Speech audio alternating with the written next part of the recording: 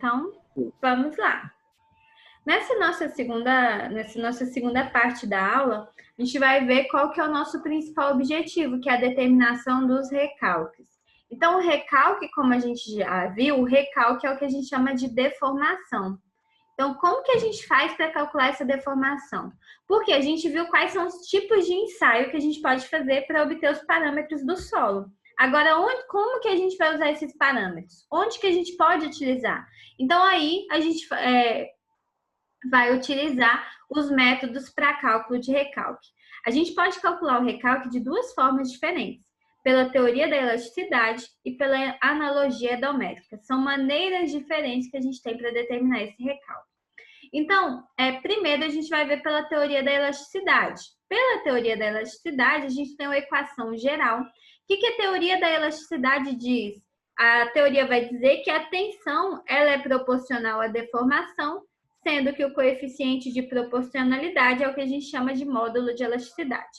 Lembra disso aqui? Então, a teoria da elasticidade, ela fala isso aqui, que a tensão e a deformação elas são proporcionais e que o coeficiente de proporcionalidade é o módulo de elasticidade. É ele que vai dizer o quanto a minha deformação vai crescer em função do quanto a minha tensão cresce, tá bom? Quando a gente vai determinar o recalque, a gente representa o recalque por esse símbolo aqui, ó. Uma letra grega que é chamada de ρ, que vocês já conhecem ela, que a gente já utilizou antes. Então, o recalque a gente representa por essa letra. Como que a gente determina, então, qual que é a equação geral para a teoria da elasticidade? O recalque, ele vai ser igual ao σ0, que é a pressão uniformemente distribuída na superfície, vezes B, que é a largura ou diâmetro da área carregada, dividido pelo módulo de elasticidade do solo, vezes 1 menos o coeficiente de Poisson ao quadrado, vezes o I, que é um coeficiente de forma, que ele vai levar em conta a forma da área carregada e a aplicação das pressões naquela área. Então, essa aqui é minha equação para poder determinar o recalque pela teoria da elasticidade. Simples assim, não é? Então, é bem simples a equação. Qual que é a dificuldade? Encontrar os parâmetros do solo. Então, quando a gente fala em parâmetros do solo, que são o E e o V, que são o módulo de elasticidade do solo e o coeficiente de Poisson do solo, não é só a gente chegar e fazer o ensaio, porque se a gente fizer esse ensaio, a gente vai ter esses valores. Mas o que acontece? Quando a gente faz o ensaio, a gente está discretizando a camada. E o solo nem sempre é homogêneo. O solo ele vai ter comportamentos diferentes de acordo com que a gente vai variar a altura do solo. A altura não, né? A profundidade. A profundidade da camada de solo que a gente vai estar vai ser diferente. E esses recalques, eles às vezes eles não são fáceis de prever por essa teoria da elasticidade. Então, quando que a gente utiliza isso aqui? Quando a gente vai ter uma deformação elástica. Em que tipo de solo que a gente tem deformação elástica? Em areias. Então, pela teoria da elasticidade, a gente vai utilizar mais para areias. Quando a gente quer determinar o recalque em uma areia, a gente utiliza pela teoria da elasticidade, tá bom? Então, o recalque ele vai ser igual à pressão aplicada na superfície, que é aquele acréscimo de tensão, aquela tensão mesmo que é aplicada lá na superfície do terreno, vezes a largura ou diâmetro da área carregada, dividido pelo módulo de elasticidade, vezes 1 menos o coeficiente de Poisson ao quadrado, vezes esse coeficiente de forma. Ah, professor, e onde que eu determino o coeficiente de forma se ele não depende do solo? Ele vai depender da área de aplicação da carga. Então, aqui, se for rígida ou se for flexível, e se a área for circular, quadrada ou retangular. Então, isso vai definir como que vai ser o meu coeficiente de forma. O que é uma aplicação rígida? É uma sapata ou um radier. Eles vão dar essa aplicação rígida. O que é uma flexível? Flexível é o que a gente chama de aterro. Então, quando eu tenho um aterro, eu tenho um tipo de carga flexível. Quando eu tenho uma sapata, um radier rígido. Então, eu vou verificar como que é o tipo de aplicação de carga e, a partir daí, eu determino qual que é o meu coeficiente de forma. Ok? Ok. Então, quando a gente faz esse cálculo dos recalques pela teoria da elasticidade, a gente tem dificuldades de aplicação. Essas dificuldades de aplicação, elas são porque a gente tem uma grande variação do módulo de elasticidade do solo, e mesmo se o solo for um material homogêneo, vai ter uma grande variação das suas propriedades com a profundidade. Porque a gente viu que aquela carga ela não vai agir da mesma forma em todas as profundidades do solo. Aquela carga aplicada, em cada profundidade diferente, ela vai agir de uma forma diferente. Então, por isso, a gente vai ter grandes dificuldades quando a gente aplica esse tipo de equação para determinação de recalque, tá bom? O outro método que a gente tem é por meio da analogia com a compressão endométrica. O que é uma analogia? A gente vai comparar uma coisa com a outra, vai falar que uma coisa está funcionando mais ou menos igual àquela outra. E é isso que a gente faz com a compressibilidade endométrica. A gente vai falar que o nosso solo, em estado real, ele vai funcionar como aquele corpo de prova que a gente colocou no estado endométrico, fazendo as devidas alterações. Então, lá no estado endométrico, aquela variação proporcional vai ser a mesma que o solo vai ter lá no estado real que ele for utilizado.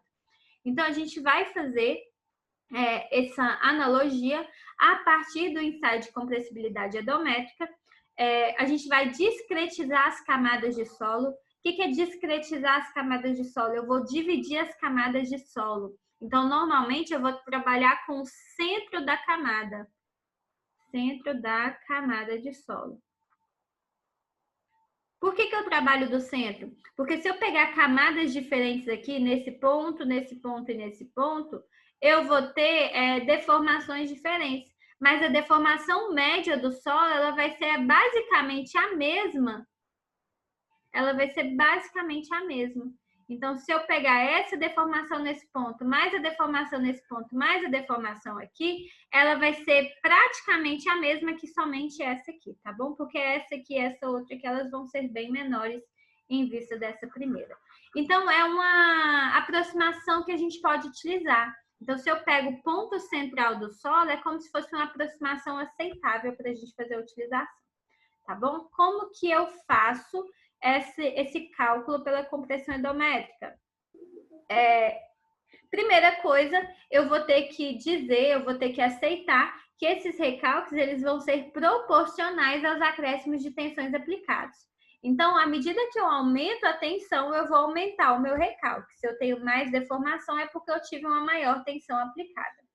Pronto, essa é a primeira coisa que a gente leva em consideração quando a gente vai fazer o cálculo do recalque pela compressão endométrica. Então, quanto maior a tensão aplicada, maior vai ser a deformação, tá bom?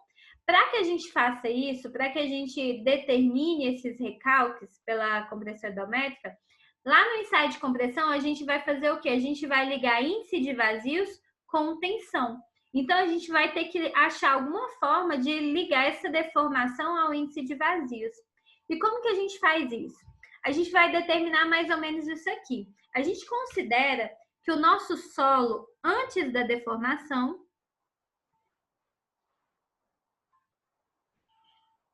ele é composto por uma quantidade que a gente vai chamar de altura de vazios e uma quantidade que a gente chama de altura de sólidos.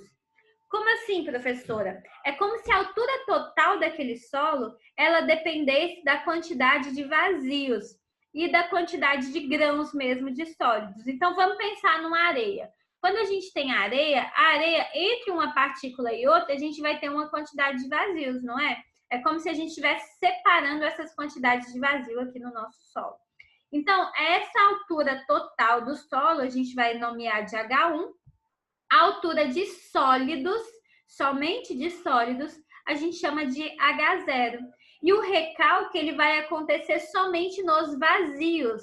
A deformação, ela vai acontecer nos vazios. Porque vai sair a água dos vazios, onde sai a água dos vazios, a gente vai ter essa redução. Então, o recalque, ele vai acontecer devido a essa diminuição da altura de vazios no nosso solo. Ok? Compreenderam essa parte? Deu para ser claro? Deu. Então, o meu recalque ele vai depender dessa variação aqui que a gente vai ter nos vazios, apenas nos vazios. Porque a altura de sólidos, ela permanece a mesma. H0 não vai mudar. O que vai mudar, então? A altura de vazios e o que a gente chama de H2, que é a nossa altura final. Então, vamos definir que H1 vai ser o quê? H0, que é a altura reduzida, vezes 1 mais o índice de vazios inicial. E H2, que é a nossa altura final, vai ser H0 vezes 1 mais o índice de vazios finais. Então, a gente definiu H1 e H2 em função do índice de vazios. Ok, qual que é o nosso próximo passo? Lá no ensaio odométrico, a gente conseguia determinar qual que era aquela nossa deformação volumétrica. Então, a partir daí, a gente consegue descrever que o volume, ele vai ser aquele volume de sólidos de 1 mais o índice de vazios. Pensando na unidade de área em dois estados do solo, estado 1 e estado 2, a gente pode definir essa altura uma em função da outra. Por quê? Aquela minha altura reduzida que eu tenho, ela é a mesma para os dois solos. O H0, que é a altura de sólidos, ela é a mesma. Se eu igualar, então, esse aqui com esse, eu acho que aquela altura final, depois da deformação, ela vai ser H1 de 1 mais 2, que é aquele índice de vazios depois da deformação, dividido por 1 mais o índice de vazio antes da deformação. 1, tudo que tiver 1 aqui no índice é antes da deformação. Tudo que tiver 2 é depois da deformação. Então, como que eu acho o recalque? O recalque vai ser a diferença de altura, H1 menos H2, lembra? Então, eu tenho aqui H1 menos H2, vai me dar essa diferença aqui, que é o meu recalque. Então, o recalque, ele vai ser dado por H1, aquela altura do solo antes da deformação, vezes E1 menos E2, a variação que eu vou ter no índice de vazios antes e depois da deformação, dividido por 1 mais E1. 1 mais o índice de vazios inicial, o índice de vazios antes que houvesse deformação. E essa aqui é a nossa fórmula geral para o recalque.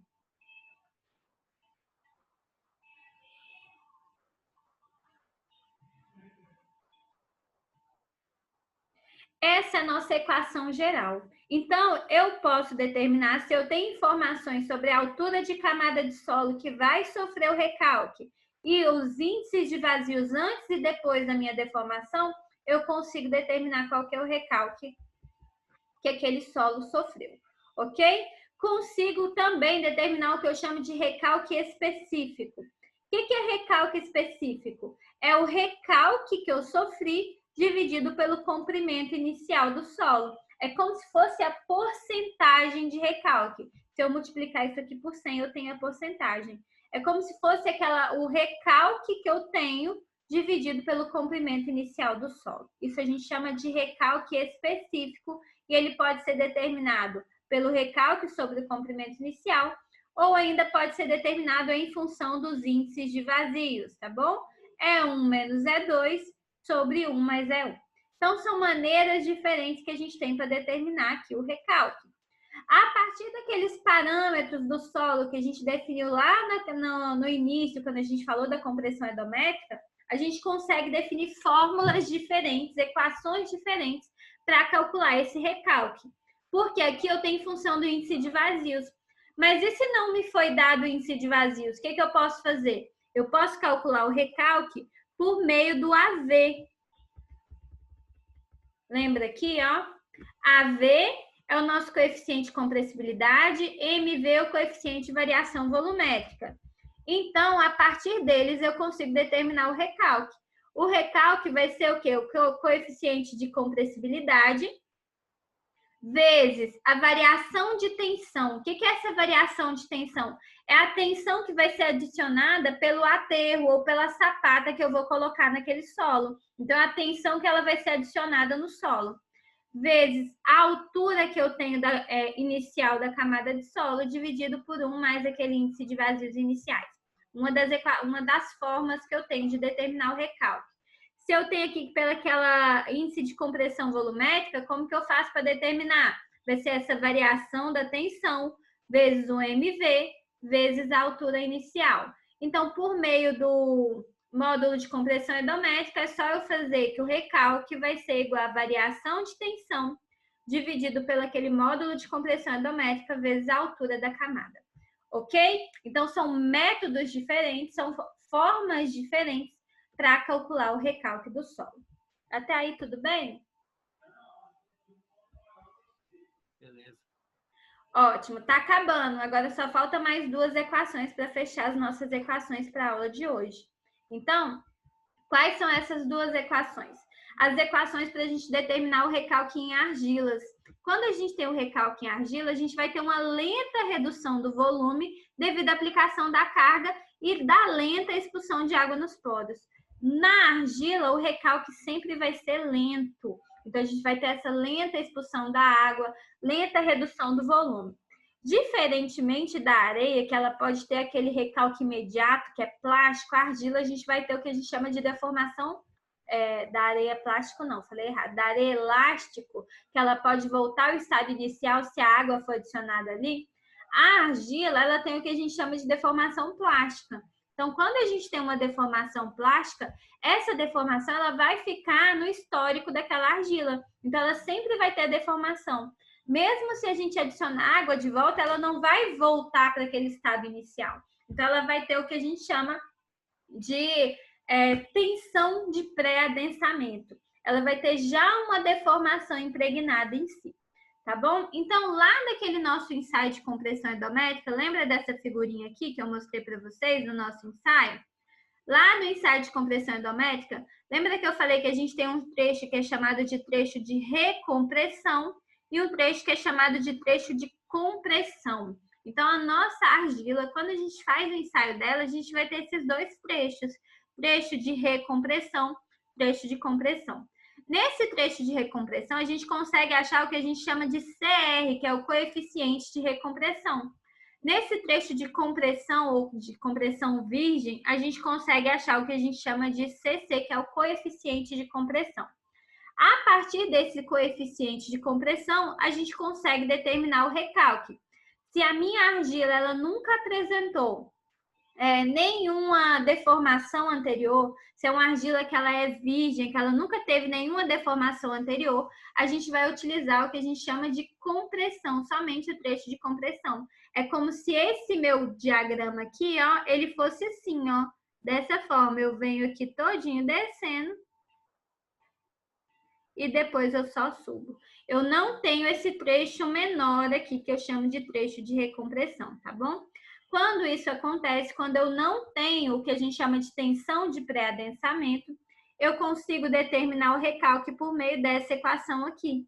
O recalque vai ser igual a coeficiente de compressão vezes a altura da camada de argila dividido por 1 mais o índice de vazios inicial, vezes o logaritmo da tensão 2 sobre a tensão 1. Lembrando que essas tensões são tensões efetivas.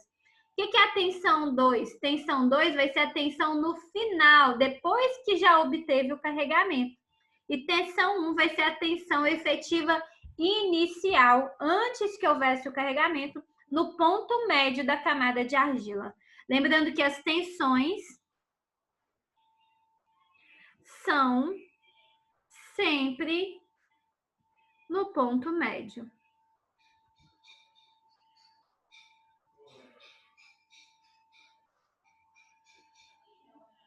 Então, quando a gente fala em tensão, a gente sempre vai determinar as tensões no ponto médio da camada de argila, tá bom? Por que eu posso escrever o recalque por essa equação aqui, ó, por meio dessa equação? Porque eu consigo relacionar o coeficiente de compressão, ele vai ser essa variação dos índices de vazios dividido pela variação das tensões. Então, se eu consigo relacionar os dois, eu consigo escrever o recalque a partir dele, tá bom? E aí, aqui eu escrevi para vocês o que é cada um deles. Quando vocês forem estudar, eu acho que fica mais claro se vocês lerem. Eu, pelo menos, eu tenho mais facilidade de aprendizagem quando eu leio as coisas, tá bom? Então, CR, que é o coeficiente de recompressão, ele vai ser o trecho onde a argila encontra-se pré-adensada. Ela já sofreu um adensamento, ela já sofreu uma deformação. Então, neste patamar, a tensão efetiva de pré-adensamento do solo ela vai ser encontrada durante o ensaio, ela vai sofrer a mesma carga que esteve obtida historicamente, anteriormente. Então, essa tensão de pré-adensamento da argila, ela é como se fosse a argila, se houvesse um terreno, vamos supor assim, se houvesse uma camada de solo sobre essa camada de argila. Então, com o tempo, essa camada de solo, ela foi retirada, sofreu erosão. Mas ainda assim, aquela camada de argila, ela manteve aquela deformação devido a existir anteriormente essa camada de solo sobre ela, tá bom? Então, isso a gente chama de tensão de pré-adensamento. Vai depender do histórico dessa argila, de como que essa argila ela se encontrava na natureza. Se já existiu alguma vez alguma camada de solo sobre ela, alguma carga aplicada sobre ela. Então, no patamar que a gente chama de recompressão, o solo ele vai ter comportamento elástico. Então, nesse patamar aqui, o que vai acontecer? A tensão e a deformação, elas vão ser proporcionais. Ele vai ter esse comportamento elástico. Se eu fizer um carregamento e retirar o carregamento, eu não vou ter adensamento. Então, se eu fizer ali, eu não tenho adensamento nessa região que a gente chama de recompressão, tá bom? O que vai definir, então, essa região de recompressão? Vai ser a tensão? Não, vai ser mais relacionada aos índices de vazios, tá bom? Mas a gente consegue determinar uma tensão de pré-adensamento, que é o nosso próximo slide ali que vocês vão ver. O coeficiente de compressão ou trecho de compressão vai ser o trecho ali onde a argila ela se encontra normalmente adensada. Então, ela nunca sofreu adensamento.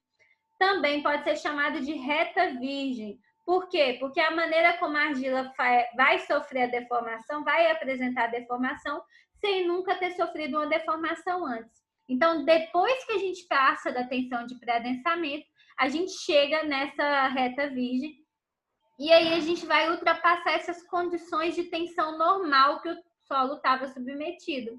A partir daí, o solo vai ter deformação permanente, que a gente chama de deformação plástica. Então, a partir desse momento, a gente vai ter as deformações permanentes do solo, a partir da tensão de pré-adensamento. Quando a gente aumenta a tensão acima da tensão de pré-adensamento, a gente vai ter essas deformações permanentes e a gente vai ter uma redução do índice de vazios, que ela vai ser também permanente. Até aí, tudo bem? Sim. Normalmente, a gente faz essas determinações para argilas saturadas. Então, a gente consegue calcular o recalque em qualquer fundação em função dessas variações de tensões nas argilas. Essas características são observadas em outros tipos de solos saturados, mas são classicamente atribuídas às nossas argilas, tá bom? Então, quando a gente tem que determinar o recalque numa argila, normalmente a gente vai procurar o coeficiente de compressão ou coeficiente de recompressão para fazer esse cálculo, tá bom? Aí a gente vem para a tensão de pré-adensamento, que eu já falei bastante para vocês sobre elas. O que é essa tensão de pré-adensamento? Vai ser a máxima tensão que já foi experimentada por um solo. Então, vai ser a máxima tensão que o solo já experimentou durante a sua vida. Então, se o solo já teve ali alguma vez na vida uma tensão sobre ele, ele vai guardar essa deformação. Essa deformação inicial, a tensão que causou essa deformação, a gente chama de tensão de pré-adensamento. E essa tensão de pré-adensamento, ela vai definir o limite entre o regime plástico e o regime elástico do solo. Então, se eu estou analisando tensões antes da tensão de pré-adensamento, o solo ele não vai sofrer deformação, porque vai ser elástico. Essa deformação ela pode ser retirada depois. Se eu estou após a tensão de pré-adensamento, o solo ele vai estar no regime elastoplástico, ele vai ter uma deformação permanente ali, ok? Como que a gente faz para determinar essa tensão de pré-adensamento? Eu não esperei vocês me darem o ok.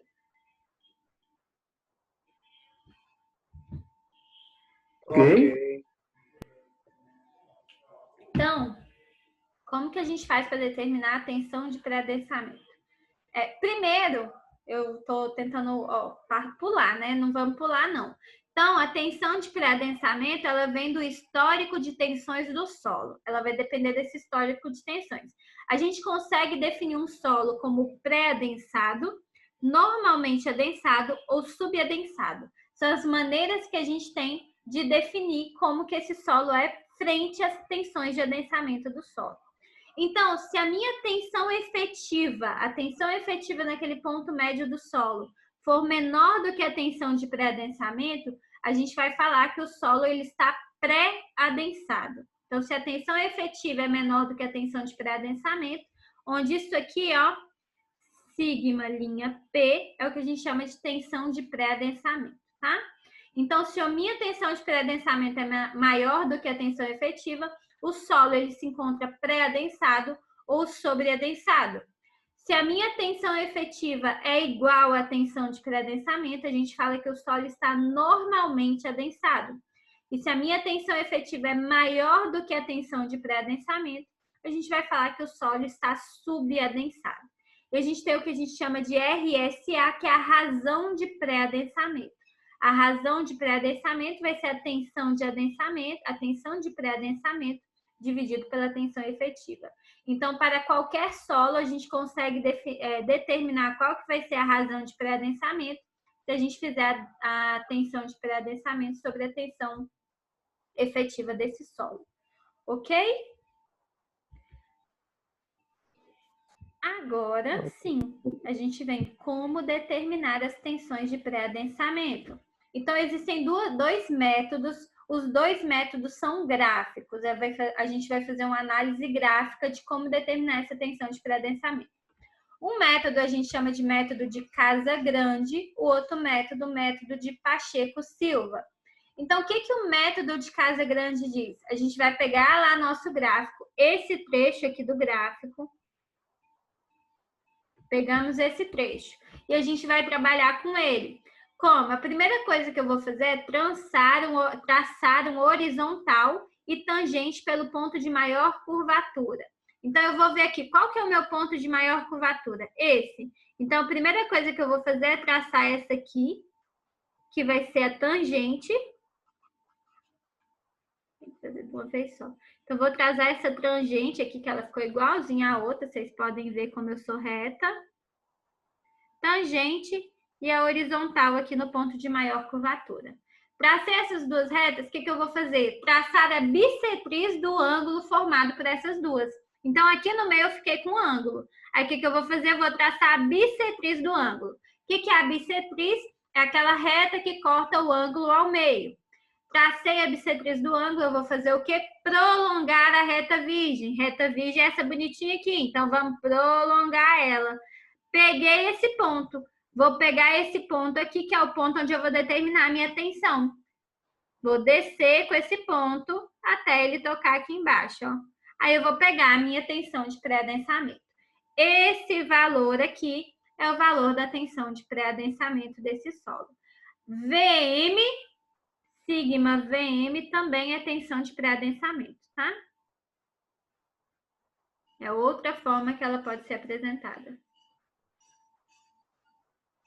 Então, fiz isso, essa intersecção do prolongamento da reta virgem e da bissetriz do ângulo indica a tensão de pré-adensamento e o índice de vazios correspondente a essa tensão de pré-adensamento, tá? A gente consegue achar aqui também qual que é o índice de vazios correspondente. Esse é o primeiro método, que a gente chama de método de Casagrande. O segundo método, a gente chama de método de Pacheco-Silva. Como que é o método de Pacheco-Silva? Primeiro, a gente vai traçar um horizontal correspondente ao índice de vazios inicial do corpo de prova. Então, a gente pega lá, inicialmente, o meu corpo de prova tem esse índice de vazios. Tracei aqui. Depois eu faço o quê? Eu vou prolongar a reta virgem. Peguei e prolonguei minha reta virgem. Tracei e pego lá de baixo, tá, gente? Pego a minha régua, ponho ela aqui embaixo, assim, até sair lá em cima. Como vocês estão vendo, eu sou bem retinha. Prolonguei minha reta virgem. Aí eu faço o quê? Eu tenho um ponto aqui de intersecção desses dois, né? O que eu faço a partir desse ponto? Vou desenhar uma linha aqui, vertical até tocar.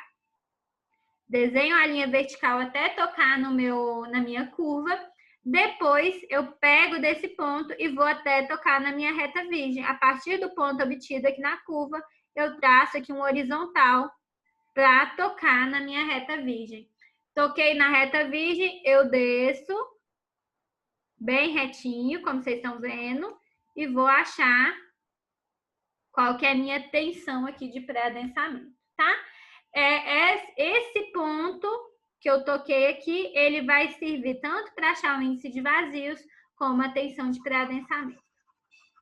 Dessa forma que a gente faz, traço essa, venho aqui para baixo e aqui pego esse desse. Lindamente. Então, são os dois métodos que a gente consegue determinar a tensão de pré-adensamento da argila.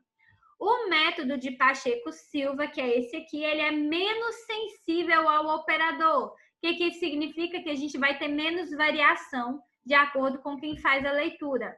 Esse aqui é mais preciso, por assim dizer. Mas o método de Casagrande é o mais difundido. Então, esse método de Casagrande é o mais utilizado.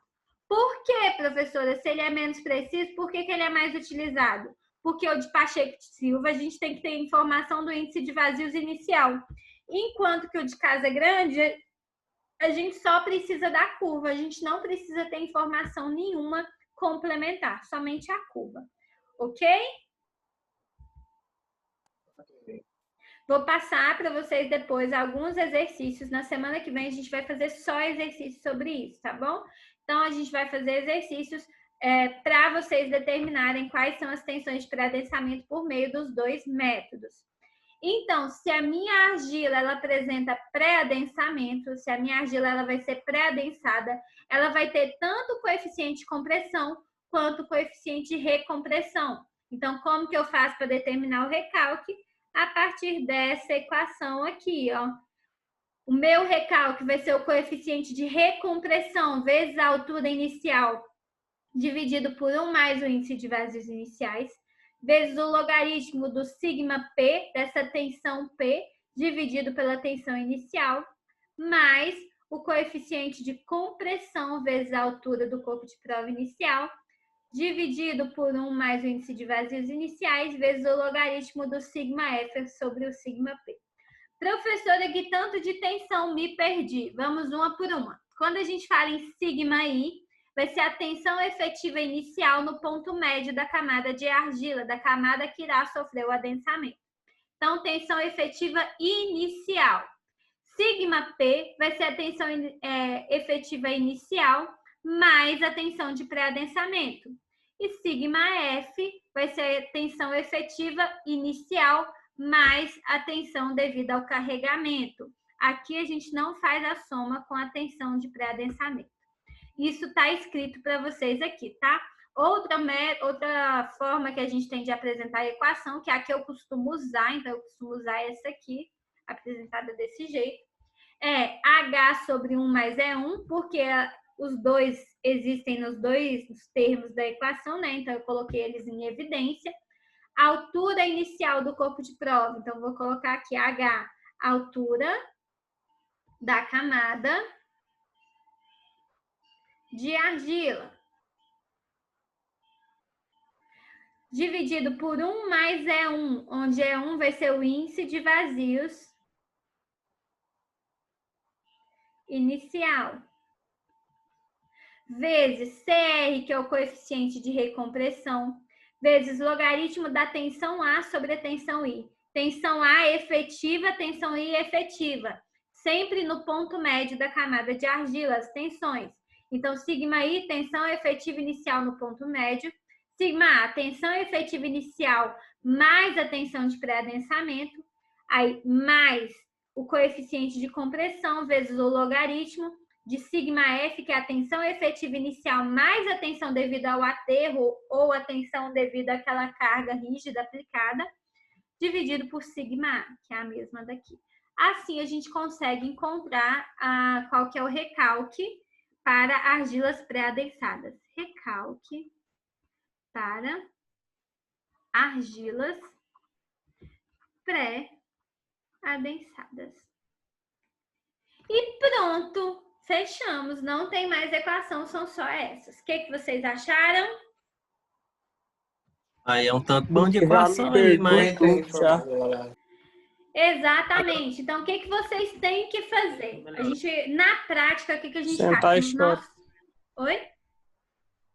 Sentar e chora. Não, Jean, você não vai sentar e chorar. Hoje não é dia de sentar e chorar. Hoje é dia de você ficar contente e alegre. O que a gente vai fazer na prática? Vocês vão pegar os exercícios para fazer. A primeira coisa a gente vai analisar. Qual é o tipo de solo? Qual é o tipo de solo que vai sofrer deformação? É uma areia? É uma argila? Ok, verifiquei qual é o tipo de solo.